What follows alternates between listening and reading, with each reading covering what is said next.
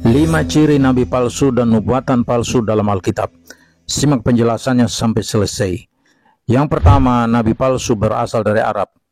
Dalam Yeremia pasal 3 ayat 2 dikatakan bahwa seorang Arab di padang gurun mencemarkan negerinya dengan zina. Jika ada orang yang ngaku-ngaku nabi dari Tuhan, tapi dia berasal dari Arab dan suka berbuat zina, maka ketahuilah itu adalah nabi palsu. Yang kedua, nabi palsu disesatkan iblis di dalam goa-goa gelap. Dalam 2 Petrus 2 ayat 4, iblis disimpan di dalam goa-goa gelap, maka ketahuilah, jika ada orang Arab dari goa, berarti dia sudah disesatkan iblis itu. Yang ketiga, nabi palsu mencuri firman Tuhan. Dalam Yeremia pasal 23 ayat 30 dikatakan bahwa nabi palsu telah mencuri semua yang difirmankan Tuhan melalui nabi-nabi Israel, lalu mencatat di dalam buku karangannya dengan cara mengambil kisah-kisah dari Alkitab dan menulis kisah yang sama di buku karangannya. Yang keempat, nabi palsu menyangkal penguasa yang telah menebus mereka dari dosa. Dalam 2 Petrus pasal 2 ayat 1, nabi palsu ini menyangkal Yesus Kristus yang telah menebus mereka dari dosa. Jika ada ajaran yang mengatakan bahwa Yesus Kristus tidak mati digantung di atas kayu salib untuk menebus dosa manusia dan tidak bangkit dari kematian, berarti itulah nabi palsu. Yang kelima, nabi palsu dikasih racun. Dalam Yeremia 23 ayat 15, nabi palsu akan diberi racun. Jika ada nabi dari Arab, dari goa, mencuri firman Tuhan, menyangkal Yesus Kristus sebagai Tuhan, juru selamat dan penebus dosa, serta diberi racun, maka ketahuilah dia adalah nabi palsu. Ternyata wanita Yahudi ini taruh racun di kambing tersebut, sehingga Nabi pun makan kambing tersebut. Kemudian tiba-tiba kambing itu berbicara, ini masmumah, sungguhnya aku beracun. Akhirnya Nabi mengatakan para sahabat berhenti, sungguhnya ada racunnya. Tapi sebagian sahabat akhirnya meninggal dunia. Dan Nabi juga sempat mengunyah racun tersebut. Itulah racun yang akhirnya masuk ke tubuh Nabi, dan itu sebabnya Nabi SAW sakit. Tatkala Nabi akan meninggal dunia, Nabi berkata, "Fahadha awanu wajadtu qita'a abhari min dzalika sum." Saatnya wahai Aisyah, tiba saatnya aku merasakan urat nadiku terputus gara-gara racun tersebut. Racun sangat kuat. Kata para ulama, di antaranya Ibnu Abbas, ya, kenapa Nabi SAW meninggal gara-gara racun? Karena Allah ingin menganugerahkan kepada Nabi mati syahid. Ya, oleh karena Nabi meninggal dengan sebab racun tersebut.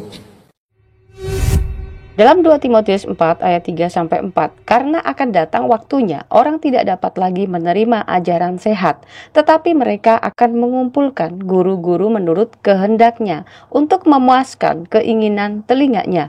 Mereka akan memalingkan telinganya dari kebenaran dan membukanya bagi dosa. 2 Petrus 2 ayat 2-3.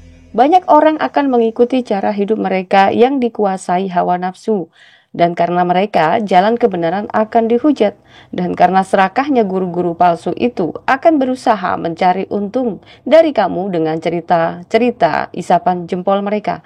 Tetapi untuk perbuatan mereka itu, hukuman telah lama tersedia dan kebinasaan tidak akan tertunda. Konoha, negeri yang diperbudak oleh para budak Yaman. Konoha adalah satu-satunya negeri di dunia yang menjadi budak dari para budak. Dan bukan sembarang budak, melainkan budak-budak buangan dari negeri Yaman. Para budak Yaman adalah kasta paling rendah dari peradaban di kawasan Timur Tengah. Mereka bukan hanya miskin secara materi, tapi juga terasing secara spiritual dan sosial. Di tanah asalnya, mereka telah ditolak dan diusir karena pemberontakan, kebohongan, serta sifat manipulatif yang membahayakan stabilitas bangsa mereka sendiri. Namun mereka tidak punah, mereka bermigrasi. Ketika akhirnya mereka sampai di Konoha, mereka tidak datang membawa kejujuran atau permohonan damai.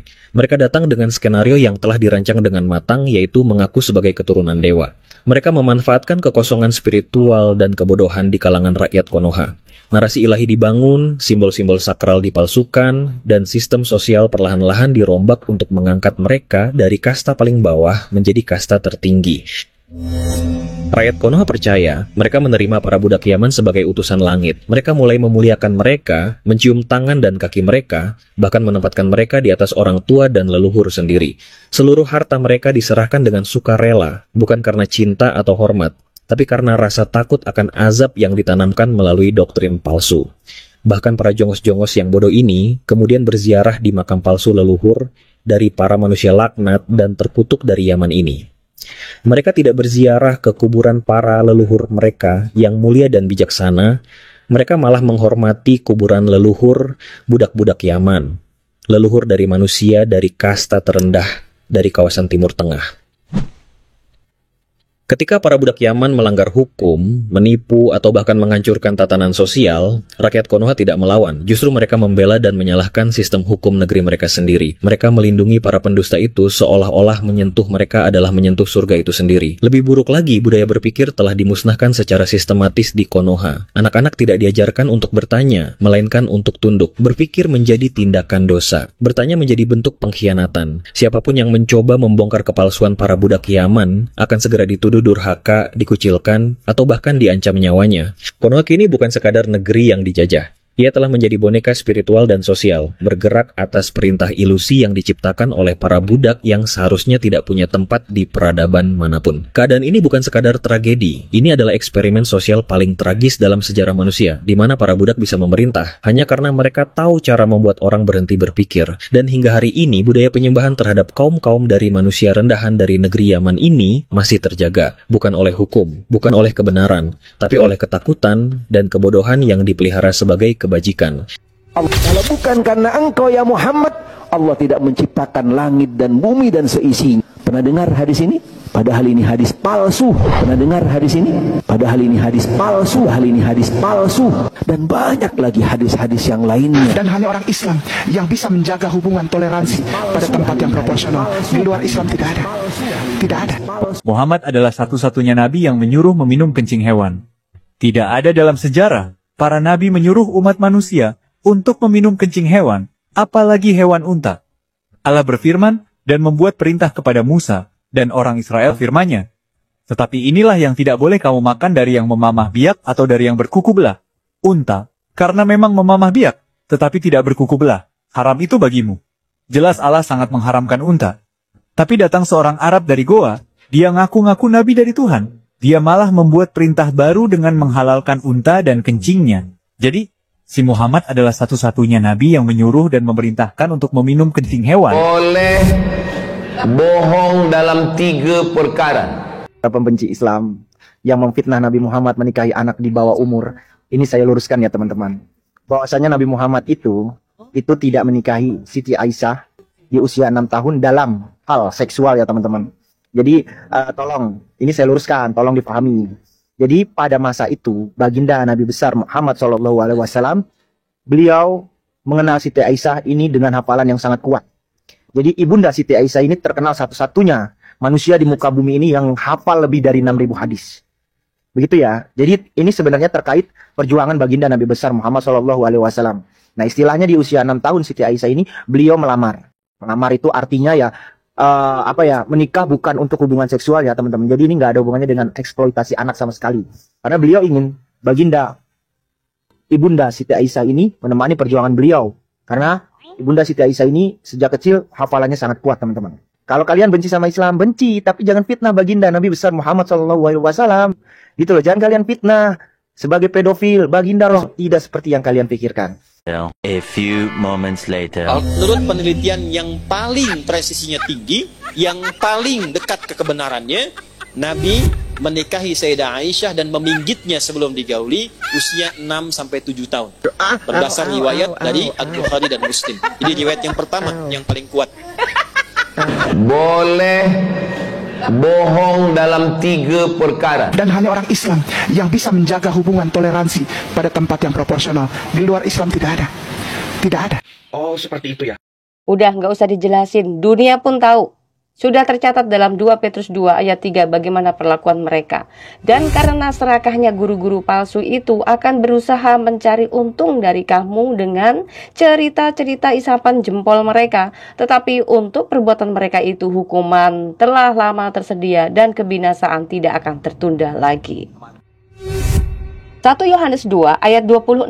Semua itu kutulis kepadamu yaitu mengenai orang-orang yang berusaha menyesatkan kamu. Man Fauzan Alasmi dengan Chris Bangun Samudra dan Stephen Indra Wibowo. Sama-sama mu'alaf, sama-sama ustadz, tapi juga sama-sama pembohong. Yang terbaru dan fenomenal adalah Fauzan, yang mengaku lulusan S2 Teologi Injil Vatican School di Vatikan. Dia mengaku ayahnya adalah seorang kardinal bernama Yohanes Ignatius, dan ibunya adalah penyebar Injil.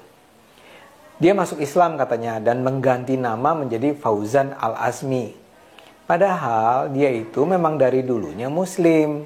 Nama aslinya Joko Subandi, asal Kudus. Dia bilang ibunya bernama Maria Laura, padahal ibunya bernama Surahma. Joko ini memang penipu berat.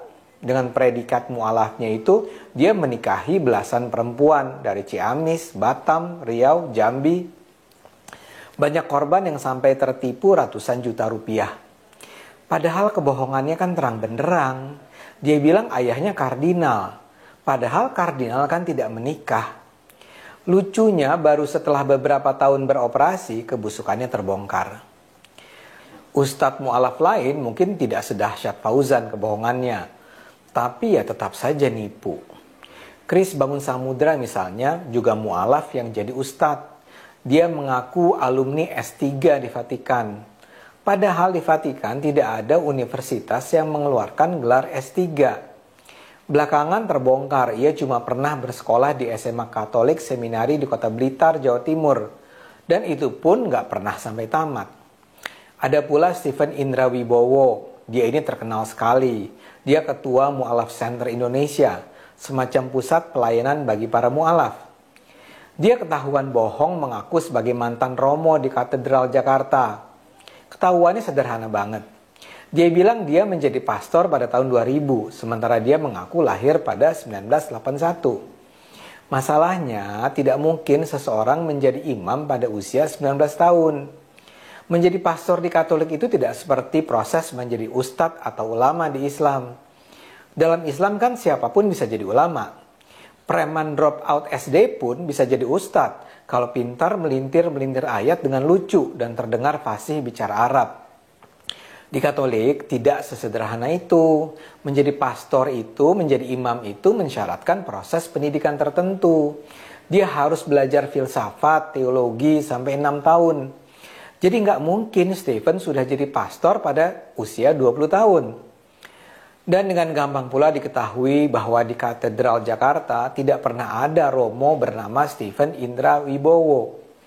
Nama-nama mu'alaf pembohong ini bisa dideretkan lebih panjang. Ada yang lebih senior seperti Yahya Waloni yang mengaku sebagai mantan pendeta dan mengaku sebagai pendiri dan mantan rektor UKIP, Universitas Kristen Papua. Belakangan ketahuan ia bohong karena adanya bantahan dari UKIP. Jadi pembongkaran kebohongan mereka itu mudah sekali dilakukan. Tidak perlu ada investigasi yang mendalam. Maksud saya mbok ya kalau bohong, bohong yang pinter lah. Kalau ini kok begitu kasat mata kebohongannya. Tapi di sisi lain para mu'alaf ini berbohong karena menyadari bahwa memang ada jutaan umat Islam yang gampang dikibulin. Bahkan setelah kebohongan mereka terbongkar, masih ada jutaan orang yang mempercayainya. Menurut saya, umat Islam ini percaya begitu saja pada kebohongan para mu'alaf palsu ini karena mereka ingin percaya, kalangan yang terpinggirkan. Umumnya mereka adalah kalangan yang secara ekonomi lemah, secara pendidikan rendah, yang kecewa dengan keadaan, yang tersingkir dari kompetisi yang semakin ketat. Mereka adalah kaum yang disebut kaum marginal. Masalahnya ada banyak pemuka agama memanfaatkan kemarginalan mereka. Para ulama dan ustadz ini bukannya mendorong mereka untuk bangkit dan berjuang, malah meninabobokan mereka dengan mengatakan, ini semua adalah cobaan bagi kaum beriman dan selama mereka tetap menjaga keimanan dan ketakwaan, mereka akan diberi ganjaran di hari akhir dengan surga yang indah. Mereka dibuat terlena dengan janji-janji surga. Dan karena keterlenaan itulah mereka menjadi pengikut setia sang ustadz, karena mereka merasa para pemuka agama itu akan menjadi pembuka pintu surga. Selama mereka taat pada agama, taat pada ulama, mereka yakin mereka pasti akan bahagia. Kebahagiaan tidak ditentukan oleh imbalan materi di dunia. Kebahagiaan ditentukan nanti di akhirat. Karena itulah yang menjadi penting bagi mereka bukanlah bagaimana berjuang keras untuk mencapai keberhasilan. Yang penting adalah beragama dengan baik. Yang penting adalah sholat, mengaji, puasa, berzikir, dan syukur-syukur bisa naik haji. Yang penting juga adalah mengenakan simbol-simbol seperti gamis, jilbab, jenggot. Tapi dari waktu ke waktu, kaum marginal ini tetap butuh konfirmasi. Mereka butuh bukti-bukti yang bisa menunjukkan bahwa jalan yang mereka tempuh ini benar. Bahwa ibadat mereka itu memang akan membawa mereka ke surga. Kehadiran para mu'alaf yang seolah-olah memiliki latar belakang pendidikan dan pengetahuan Kristen yang mendalam membuat mereka teryakini bahwa Islam adalah agama benar. Mereka bukan hanya bahagia karena memperoleh saudara baru, namun karena orang seperti Fauzan, Chris, Stephen, atau Yahya seolah memberi bukti bahwa mereka berada di jalan yang benar. Logikanya begini, kalau seorang pemeluk Kristen yang berpengetahuan mendalam saja akhirnya memilih Islam, bukankah itu bukti bahwa Kristen salah dan Islam benar? Mereka merasa kalaupun di dunia ini umat Kristen nampak lebih unggul dan umat Islam nampak kalah, itu cuma tipu-tipu dunia. Yang penting bukan keunggulan di dunia, melainkan keunggulan di akhirat. Karena sikap dasar itulah mereka dengan penuh sukacita menerima para ustadz mu'alaf. Apalagi ustadz mu'alaf itu senang sekali menjelek-jelekan agama asal mereka. Semakin teguhlah keyakinan mereka. Tidak penting ada orang mengatakan ustadz mu'alaf itu pembohong. Buat mereka tuduhan bahwa ustadz itu pembohong pasti datang dari kaum pembenci Islam. Wahyu 20 ayat 10, dan iblis yang menyesatkan mereka dilemparkan ke dalam lautan api dan belerang, yaitu tempat binatang dan nabi palsu itu, dan mereka disiksa siang malam sampai selama-lamanya. Wahyu 20 ayat 12, dan aku melihat orang-orang mati besar dan kecil berdiri di depan tahta itu, lalu dibuka semua kitab, dan dibuka juga sebuah kitab lain, yaitu kitab kehidupan, dan orang-orang mati dihakimi menurut perbuatan mereka berdasarkan apa yang ada tertulis di dalam kitab-kitab itu. Yohanes 8 ayat 24, karena itu tadi aku berkata kepadamu bahwa kamu akan mati dalam dosamu, sebab jikalau kamu tidak percaya bahwa akulah dia, kamu akan mati dalam dosamu. Siapakah manusia yang merasa mampu dituntut dosanya sesuai perbuatannya, maka tidak akan ada seorang pun sampai kepada Bapa, kecuali melalui Yesus Kristus sebagai anugerah keselamatan dan pengampunan dosa. Yohanes 14 ayat 6, kata Yesus kepadanya, akulah jalan dan kebenaran dan hidup. Tidak ada seorang pun yang datang kepada Bapa kalau tidak melalui aku. Sampai di sini perjumpaan kita. Jangan lupa hidup ini adalah kesempatan. Jangan tunda waktumu. Salam waras, Tuhan Yesus memberkati.